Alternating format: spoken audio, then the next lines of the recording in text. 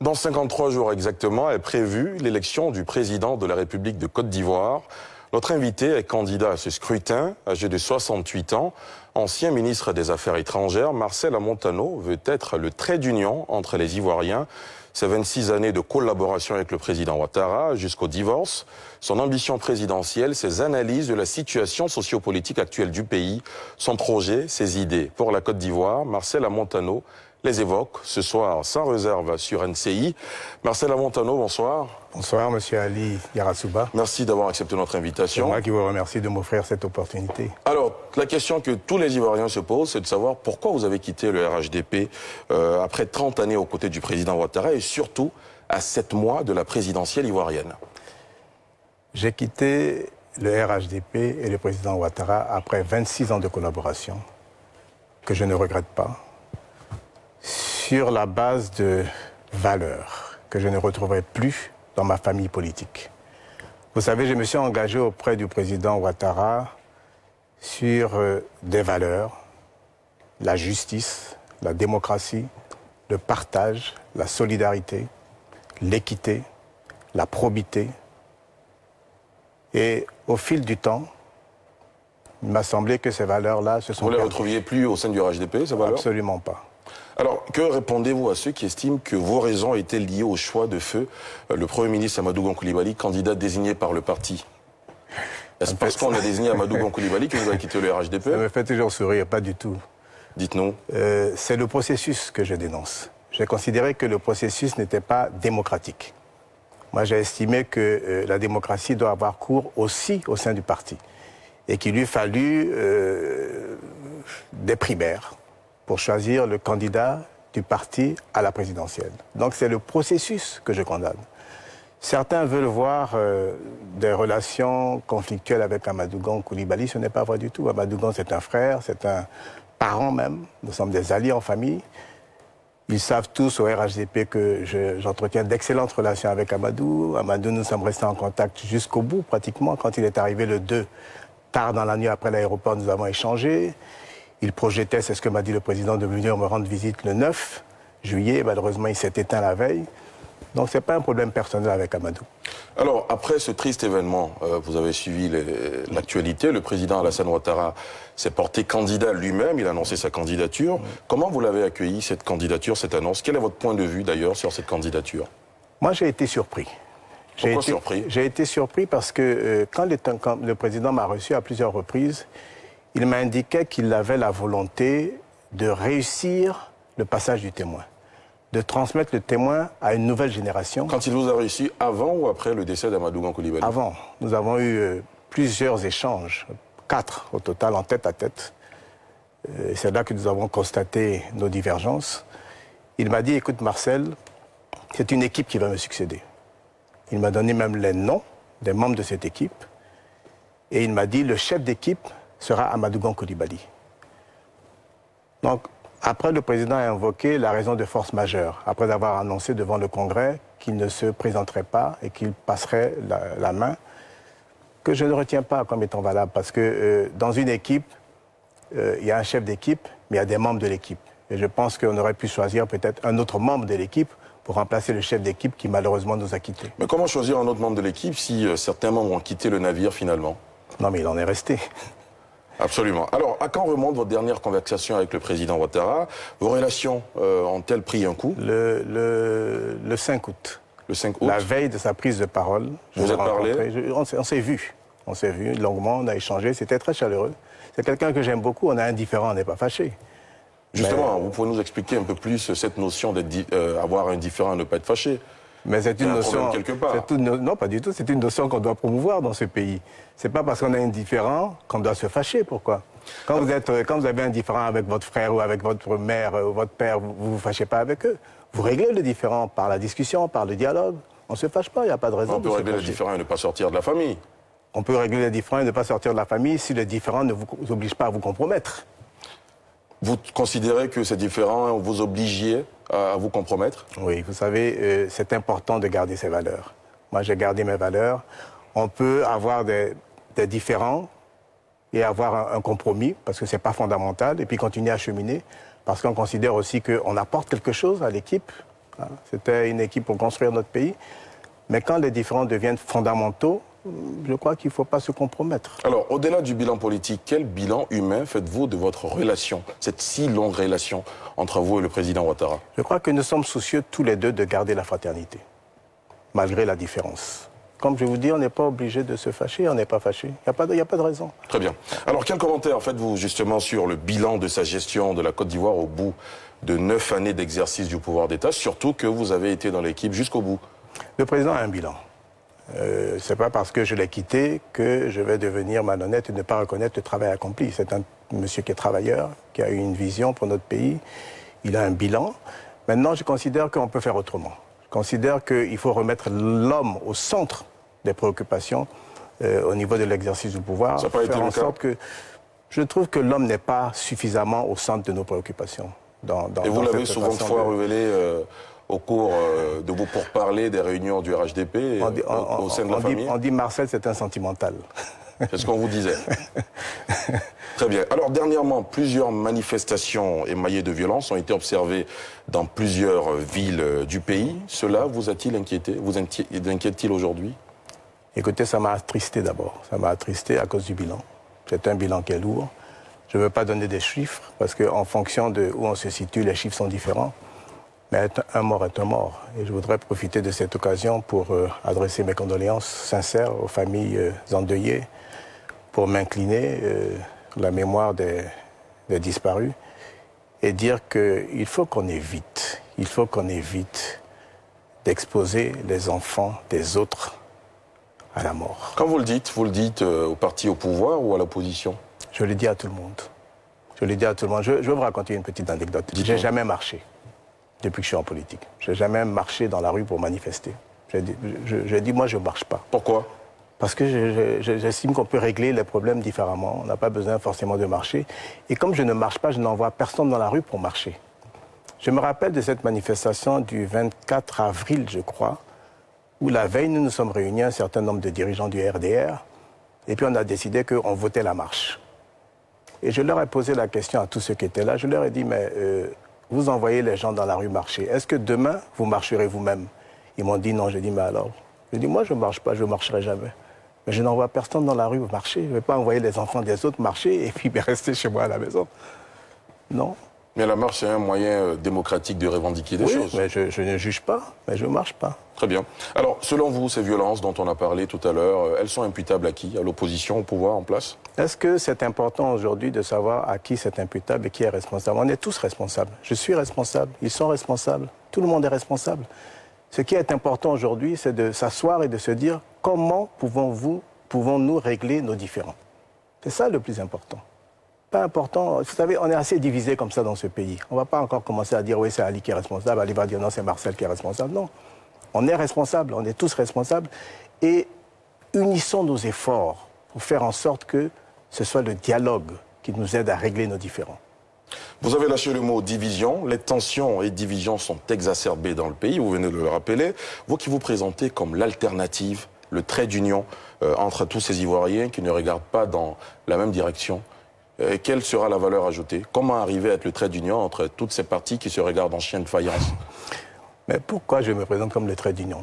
Parce que vous voyez, dans la gestion des responsabilités que j'ai eu à assumer, je n'ai jamais fait la différence entre un chrétien, un musulman, un baoulé, un djoula, un FPI, un RDR, un PDCI. Quand un Ivoirien se présente à moi, je considère que c'est un Ivoirien qui vient vers moi et qui a un besoin.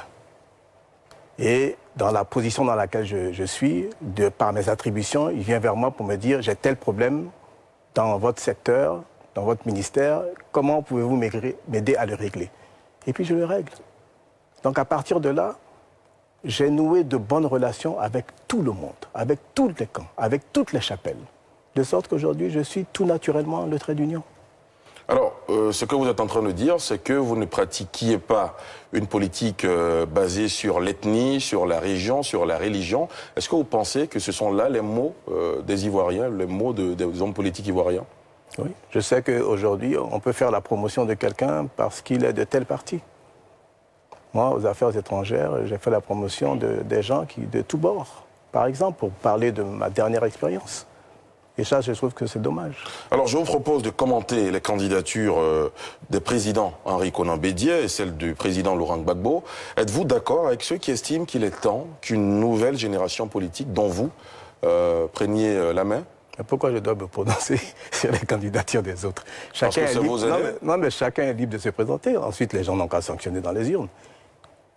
Alors, il y a un dossier sur lequel on ne vous a pas beaucoup entendu, M. Marcel Montano, celui relatif à l'acquisition de la résidence de l'ex-chef du gouvernement ivoirien Guillaume Soro. Votre nom a été plusieurs fois cité. Vous étiez ministre de la Construction au moment des faits. Quelle est votre part de vérité, sans réserve, ce soir? J'ai fait mon travail. J'étais ministre de la Construction, de l'Urbanisme et de l'Habitat. Un Premier ministre qui s'appelle Guillaume Soro m'a appelé. Il m'a dit, l'État a décidé de m'octroyer une maison. Est-ce que dans le patrimoine de l'État, il y a des maisons qu'on cède? Parce qu'il arrive que dans le patrimoine de l'État, on cède des maisons. Il n'y avait pas de maisons qui correspondent au type de maison qu'un Premier ministre peut habiter. Et puis voilà. Ensuite, on a essayé de m'impliquer dans une transaction, dans la transaction d'achat de la maison. J'étais visé, mais je n'étais pas concerné. Il y a eu un procès, je n'ai jamais été appelé pour même témoigner, etc. Je ne suis pas concerné. Et là-dessus, justement, le notaire qui a signé l'acte de vente de la résidence de l'ancien Premier ministre, qui a coûté 1,5 milliard, a fait des révélations en avril dernier. Il vous a cité, il s'agit de Maître Nguessan qui a affirmé que vous étiez, évidemment, alors ministre de la Construction. Donc ça veut dire que vous aviez été au centre de cette transaction? Pas du tout. Je n'ai jamais été au centre de la transaction. Comme je vous ai dit, moi j'ai fait mon travail de ministre de la Construction à la demande du Premier ministre. Très bien. Marcel Montano, vous êtes candidat indépendant. Le mouvement politique que vous dirigez compte combien d'adhérents aujourd'hui? Ce n'est pas comme ça que je mesure le mouvement politique que je dirige. Je ne dirige pas un mouvement politique. J'ai une plateforme. Très bien. Qui s'appelle Ensemble, qui a fédéré un certain nombre de mouvements qui spontanément se sont créés pour soutenir ma candidature. Et cette plateforme, je crois qu'elle est efficace parce que c'est grâce à cette plateforme Ensemble que nous sommes allés sur le terrain recueillir les parrainages en ma faveur. Combien de parrainages au passage? Enfin, moi j'ai déposé 22 régions. Très bien. Avec 77 050 parrainages. Très bien. On verra au sortir du tunnel ce qui a été retenu. Très bien. Alors, vous parliez tout à l'heure de la plateforme que vous dirigez pour accéder à la magistrature suprême. C'est pas moi qui dirige. Enfin, il y a un président. D'accord, très bien. Quel est votre positionnement? Vous êtes plutôt proche du PDCI-RDA, du RHDP? Je suis proche de Marcel Montano, pourquoi?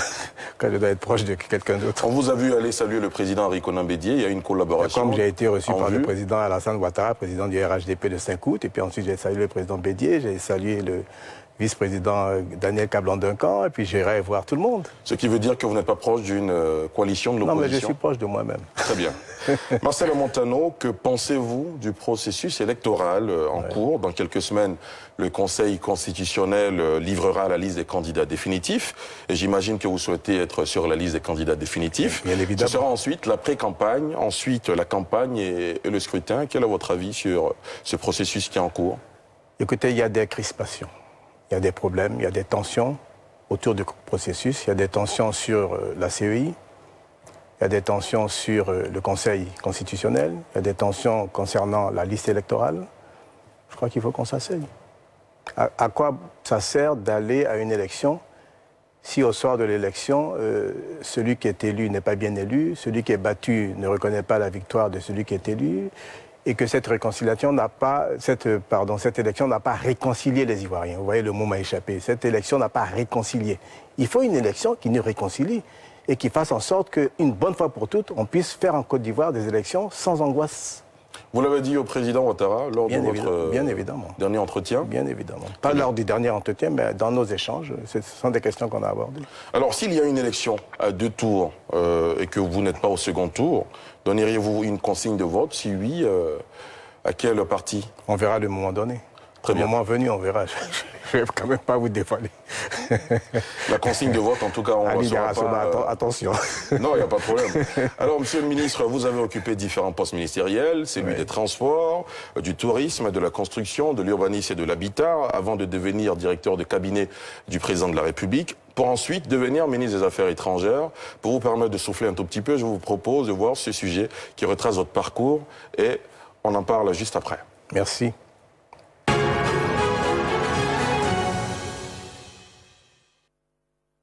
au regard de l'expérience que j'ai acquise au service de mon pays. Après avoir longuement écouté et après avoir mûrement réfléchi, j'ai décidé de me porter candidat à la prochaine élection présidentielle. Ainsi s'exprimait l'ancien chef de la diplomatie ivoirienne, Marcel Amontano, face aux caméras le mercredi 22 juillet dernier. Une annonce qui met fin à des rumeurs sur ses intentions après sa démission du gouvernement ivoirien en mars dernier. Amontano, 68 ans, est le fils de l'ancien ministre de l'Éducation nationale, Lambert Amontano, compagnon de feu Félix Houphouët-Boigny, premier président de la Côte d'Ivoire. Ce diplômé en sociologie de l'Université Paris 8 et l'Université nationale de Côte d'Ivoire a une riche expérience dans le secteur privé avant d'occuper de nombreuses fonctions ministérielles. À ce niveau, il débute par le portefeuille des transports, puis il est successivement ministre du Tourisme de mars 2003 à décembre 2005, puis de la construction, de l'urbanisme et de l'habitat de décembre 2005 à février 2010. À l'accession à la magistrature suprême de l'actuel président Alassane Ouattara, dont il a été l'un des plus proches collaborateurs depuis l'opposition avec le Rassemblement des Républicains, RDR, il devient son directeur de cabinet. Marcel Amontano, ou Matt pour les intimes, assume ensuite les fonctions de ministre des Affaires étrangères par intérim. Cumulativement avec ses fonctions de directeur de cabinet à partir du 25 novembre 2016, avant d'être confirmé à ce portefeuille en janvier 2017. Il se veut le trait d'union, slogan de son projet politique, entre le respect de la tradition et le désir de modernité, entre les religions, les régions. Marcel Amontano, qui a matérialisé son intention d'occuper le portefeuille présidentiel dans quelques semaines, est en attente du verdict du Conseil constitutionnel, comme les 43 autres candidats prétendant à ce poste. Retour sur le plateau de Sans Réserve en direct de NCI. Notre invité ce soir, c'est le ministre Marcel Amontano, candidat à la présidentielle ivoirienne. Monsieur le ministre, on l'a vu dans le sujet tout à l'heure, vous êtes dans les entrailles du pouvoir depuis tout petit, parce que fils d'un compagnon du premier président de ce pays, feu Félix Houphouët-Boigny, le ministre Lambert Amontano. Est-ce que ça fait longtemps que vous caressez ce désir de devenir premier magistrat de ce pays? Pas du tout. Moi, mon ambition, ça surprend quand je le dis, c'était d'être un homme d'affaires florissant, de gagner de l'argent, etc. Et puis bon, qu'est-ce qui s'est passé qu'on n'échappe pas à son destin. Je ne sais pas, il y a toujours quelque chose qui m'a ramené à la politique. Peut-être ce besoin de cette soif de justice, probablement. Cette soif de justice, cette soif de partage, cette soif d'aider m'a ramené à la politique. Et donc finalement, je me suis fait une raison. Marcel Amontano, élu président de la République, quelles seront ses actions prioritaires? Le social. Vous savez, vous me direz bien sûr, avant de partager, il faut produire. Il faut promouvoir une économie endogène et inclusive. Une économie qui, par sa modernisation, transforme de plus en plus nos matières premières en produits finis et semi-finis. Donc ajoute une plus-value. Parce que pour le moment, la plus-value, elle est faite à l'extérieur. Mais pour transformer ces matières premières, il faut qu'on puisse de plus en plus faire appel aux capitaux nationaux, aux capitaux ivoiriens. Il faut créer des champions nationaux. Pour que ces champions... qu'il n'y en a pas en ce moment? Il n'y en a pas, honnêtement. Moi l'image que j'ai d'un champion national, comme les Dangote au Nigeria, il n'y en a pas en Côte d'Ivoire. Il y en a qui sont en train d'émerger.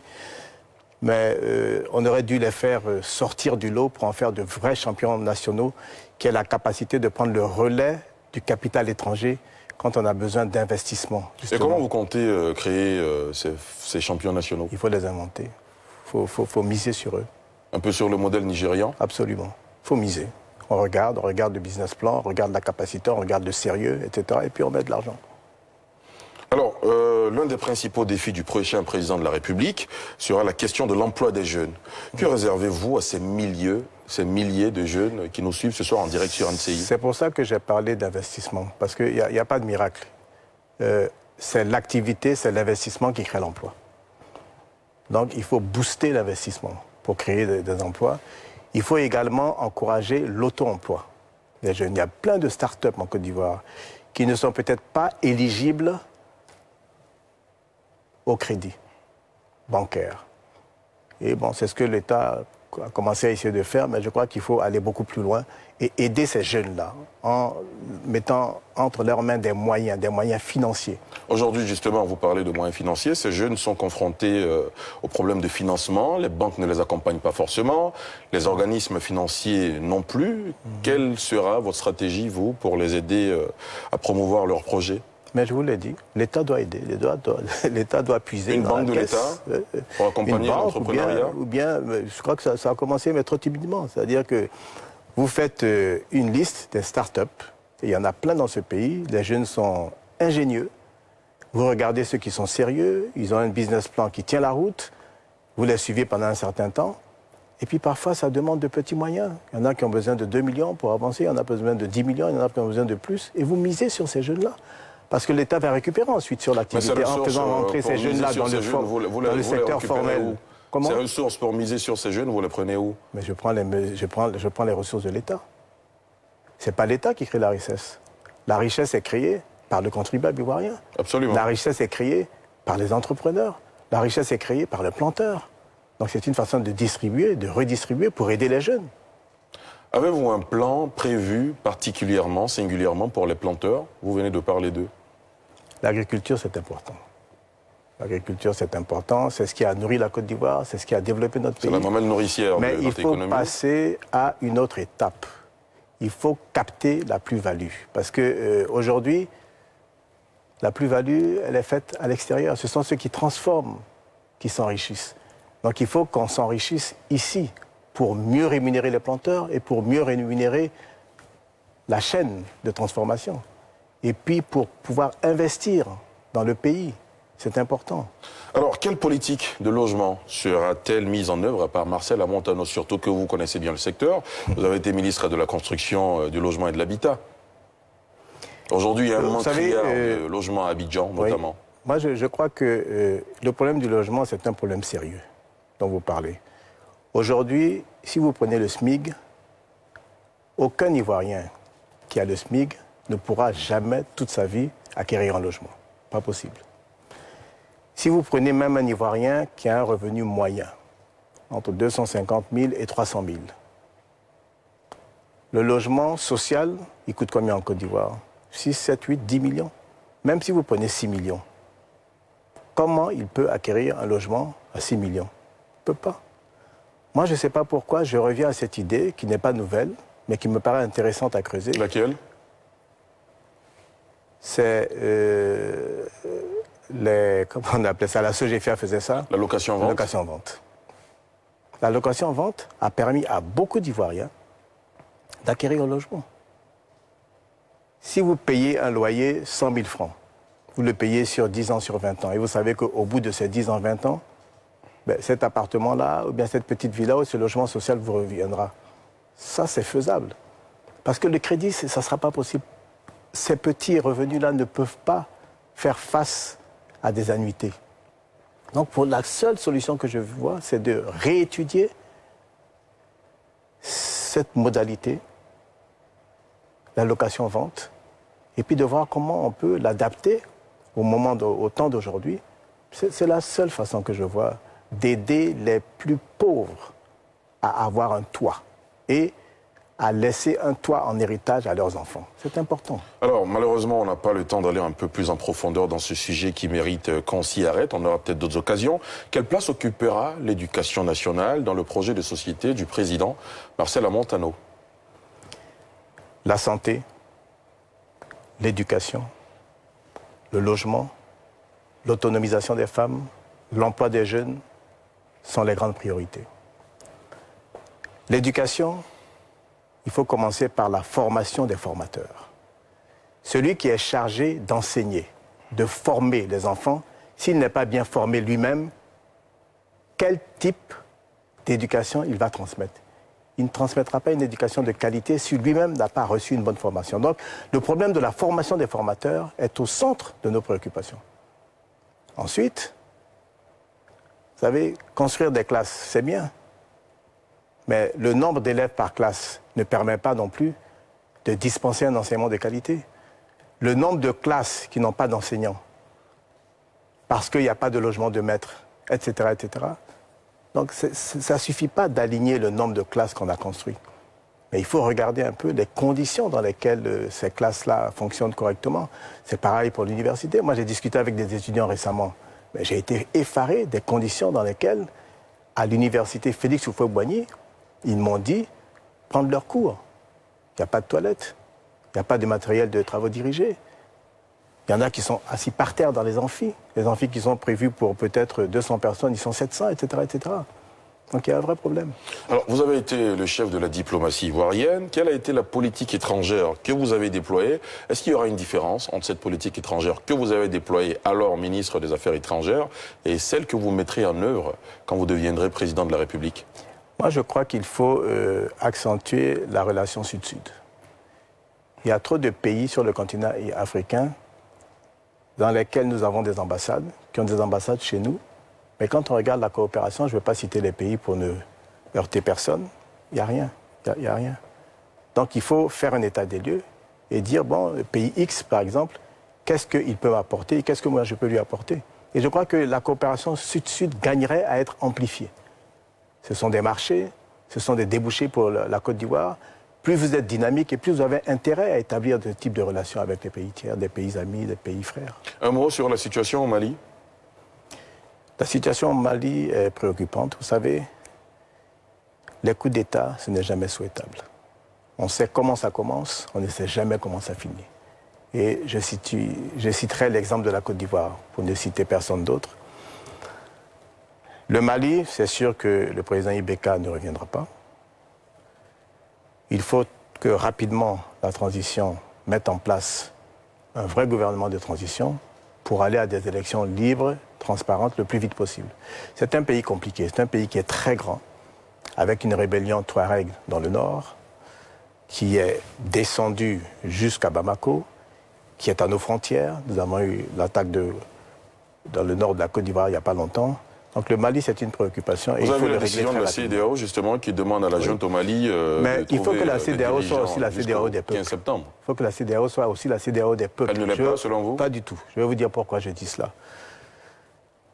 Quand il y a de la mauvaise gouvernance dans un pays, ce n'est pas tout de sanctionner quand il y a un coup d'État. Il faut sanctionner aussi les présidents qui ne gouvernent pas bien leur pays. Il faut peut-être les suspendre aussi de leur participation au sommet de la CEDEAO. Vous qui avez été chef de la diplomatie, vous le disiez à la CEDEAO à l'époque? Je ne suis pas chef d'État.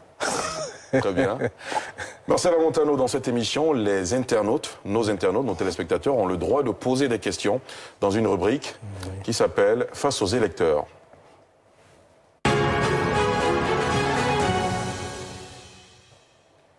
Alors, la première question que nous allons prendre ce soir, nous allons la voir sur cet écran, Monsieur le ministre, avec le concours de la régie pour la première question qui va donc s'afficher. Quel apport d'Amontano Marcel, ici plutôt, quel apport d'Amontano Marcel à la Côte d'Ivoire tout seul qu'il ne pouvait faire en équipe avec le RHDP? Un message de Akissi Kwaku. Tu peux répondre? Oui, bien sûr. Mais quand vous êtes le patron, c'est pas la même chose que quand vous n'êtes pas le patron. Donc au RHDP, je ne suis pas le patron. Et je ne suis pas le président de la République aujourd'hui. C'est tout simple. Très bien. La deuxième question, après celle d'Akissi Kwaku, celle de Bougadari Diallo, si je lis bien. Une amitié vieille de 30 ans avec le président Ouattara n'est-elle pas plus précieuse qu'une aventure, vous lisez avec moi, solitaire, incertaine au prochain scrutin présidentiel? Je ne dis pas bien de loin. Ah d'accord, très bien. C'est 26 ans, mais c'est aussi important que 30 ans. Mais la Côte d'Ivoire, c'est plus important que tout. Vous mettez la Côte d'Ivoire au-dessus de cette relation? Bien sûr. Moi, j'ai Dieu. Ensuite, j'ai ma famille dans laquelle Dieu m'a fait naître. Et puis après, j'ai mon pays. Et puis après, j'ai l'amitié. Mais comme je l'ai dit, ce n'est pas parce que j'ai un différend avec le président qu'on est fâché. Donc la fraternité avec le président, en ce qui me concerne, elle demeure. Et j'ai souhaité qu'elle demeure, je le lui ai dit. Donc on n'est pas fâché, mais on est indifférent. Très bien. La prochaine question, cette fois-ci posée par Bakouan Frédéric Ley-Rousseau. Le Conseil constitutionnel, selon vous, peut-il être cette institution républicaine, forte, qui va dire le droit? Il y a une réforme du Conseil constitutionnel à faire. Je vais vous donner un exemple sur ce que je pense. Vous voyez, aux États-Unis, les juges de la Cour suprême sont nommés à vie. Donc, pourquoi ne pas nommer les conseillers au Conseil constitutionnel ici à vie? Monsieur Ali Diarra-Souba, je le nomme au Conseil constitutionnel, il est nommé à vie. Donc une fois que je l'ai nommé, lui, il est tranquille. Il ne craint pas d'être dégommé par le président de la République. À ce moment-là, peut-être qu'il n'aura pas peur de dire le droit. C'est une idée et on va y réfléchir. Mais il faut faire en sorte que cette institution soit crédible. En l'état actuel des choses, vous estimez qu'elle n'est pas crédible? Absolument pas. Très bien. La prochaine question nous vient cette fois-ci de... Enfin, le nom sur Facebook, c'est Excellence Nouveau Isom Yves, qui dit « Vous avez promis le bitume sur l'axe Jacquesville-Toukouzou en 2017. Cela fait 3 ans que les pauvres parents attendent. À quand la concrétisation de cette promesse ?» C'est vrai que vous avez fait cette promesse? Je ne suis pas un démagogue. Comment je peux aller promettre le goudron dans un axe? Non, ils avaient ce besoin. Donc je leur ai dit, je vais intercéder pour que cela soit fait. Et je ne suis pas seul, il y a le maire de Jacquesville, etc. Bon, j'ai intercédé, ce n'est pas encore fait. C'est pas encore fait, mais c'est pas d'informations sur la bonne voie. Mais moi, je suis plus au gouvernement depuis 6 mois. Très bien.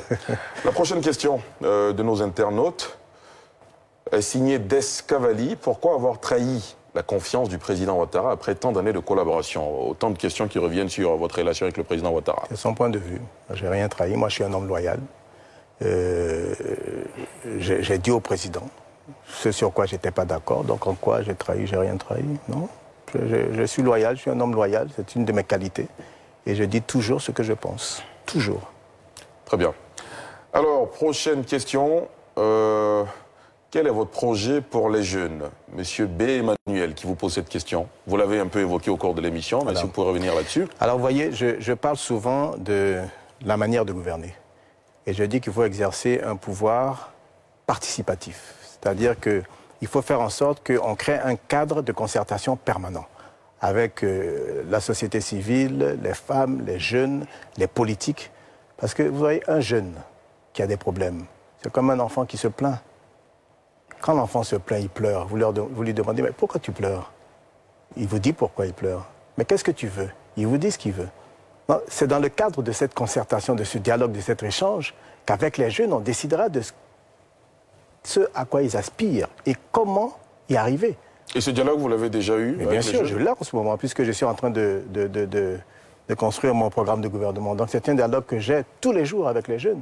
Et je vous assure que c'est impressionnant de voir à quel point les jeunes savent ce qu'ils veulent. Quel est le maître à mot qui revient dans ces échanges avec les jeunes? C'est leur emploi? Vous serez surpris, c'est la réconciliation. Même des jeunes de 18 ans. Ils parlent de réconciliation. Parce qu'ils ont conscience qu'ils ne peuvent s'épanouir que dans un environnement apaisé, où les Ivoiriens sont réconciliés, unis, fraternels. La réconciliation. Après, évidemment, il y a les conditions dans lesquelles, pour ceux qui sont à l'université, ils poursuivent leurs études. Et puis ensuite, il y a l'emploi, bien sûr. Parce que sans emploi, comment fonder une famille, comment se marier, comment avoir des enfants, comment avoir de l'espoir? Prochaine question. Alors, cette fois-ci, quelle chance pour un acteur politique qui n'a eu aucun poste électif local, même au fort de l'alliance Bédié-Ouattara? C'est une question signée Tapé Kipré. Je ne serai pas le premier, hein, qui, comme premier poste électif, a été président de la République. Vous pensez à qui? Je pense à moi-même. Très bien. Prochaine question. Votre chèque est-il de ceux sans provision retrouvés dans les dossiers de candidature déposés à la CEI? Une question de Konaté Kader. C'est payé en espèces. C'est payé en espèces, en plus, hein. Très bien. Monsieur le ministre, il y a une question que j'ai vue sur les réseaux sociaux avant d'ouvrir cette émission. On me dit, le ministre Marcel Amontano, il ne sourit jamais. C'est quoi? C'est le signe d'une austérité Très bien. Est-ce qu'il y a encore Je fais que ça depuis le début de l'émission. Une ou deux questions pour terminer. Un autre internaute du nom de Serge Kokora qui nous dit « Si l'opposition appelle à boycotter le scrutin, quelle sera votre position ?» Posez la question à l'opposition. Mais vous êtes dans l'opposition, vous ne vous considérez pas comme non, moi je suis moi-même. C'est une question qui m'a été posée déjà par Jeune Afrique. Moi je suis le trait d'union entre l'opposition, l'État, les jeunes, les femmes, non. Mais vous savez, ce sont des questions sérieuses avec lesquelles il ne faut pas qu'on plaisante. Je considère qu'aujourd'hui, à l'heure où nous sommes, un dialogue est encore possible s'il est hardi. Et les questions qui sont sur la table sont des questions techniques. C'est le problème de la CEI, c'est le problème du Conseil constitutionnel, c'est le problème de la liste électorale à auditer. Si on est volontaire, si on aime notre pays, si on est soucieux de ne plus avoir de morts, on s'assoit autour d'une table et dans le délai imparti, on peut régler ces problèmes-là. Il vaut mieux qu'on les règle plutôt que d'aller à des élections avec une crise préélectorale qui est en train de s'établir ou bien une crise post-électorale, des morts. Maintenant, si on n'arrive pas à régler les problèmes dans les délais, il faut au moins que le dialogue se soit instauré. Et puis s'il faut repousser techniquement de quelques mois, mais on repousse. Il vaut mieux repousser que de s'entêter et puis avoir des morts. La toute dernière question qu'on prend chez nos internautes est la suivante. Que pensez-vous du refus du passeport du président Laurent Gbagbo? Une question posée par Ange Landry Digbe. Le président Gbagbo a droit à un passeport. Il a droit à 2 passeports. Il a droit à un passeport diplomatique, c'est un décret qui le dit, les anciens présidents de la République. Et il a droit à un passeport vert. Et la CPI l'a autorisé maintenant à se déplacer, donc il faut lui donner son passeport. Marcel Amontano, nous sommes au terme de cet entretien dans Sans Réserve. Déjà Oui, ça passe vite, c'est le cas de le dire. Quelles sont les valeurs que vous rêvez d'inculquer aux Ivoiriens une fois élu président de la République? On termine là-dessus. Le dialogue. Le dialogue, c'est important. L'amour du travail. Vous savez, il ne faut pas tricher dans la vie. Le travail ne ment pas. Si vous travaillez, si vous êtes acharné, vous y arriverez. La rigueur, le travail bien fait, l'honnêteté, la probité, la morale. Et puis, il faut dire la vérité. Merci infiniment Marcel Amontano, candidat à la présidentielle ivoirienne. Merci d'avoir accepté notre invitation. C'est moi qui vous remercie. Merci à vous, chers internautes, chers téléspectateurs, d'avoir suivi ce premier numéro de Sans Réserve. Merci de rester sur les antennes de la nouvelle chaîne ivoirienne NCI. Dans un instant, NCI Reportage avec un sujet inédit comme tous les soirs. Excellente soirée sur la nouvelle chaîne ivoirienne. Merci. Merci beaucoup.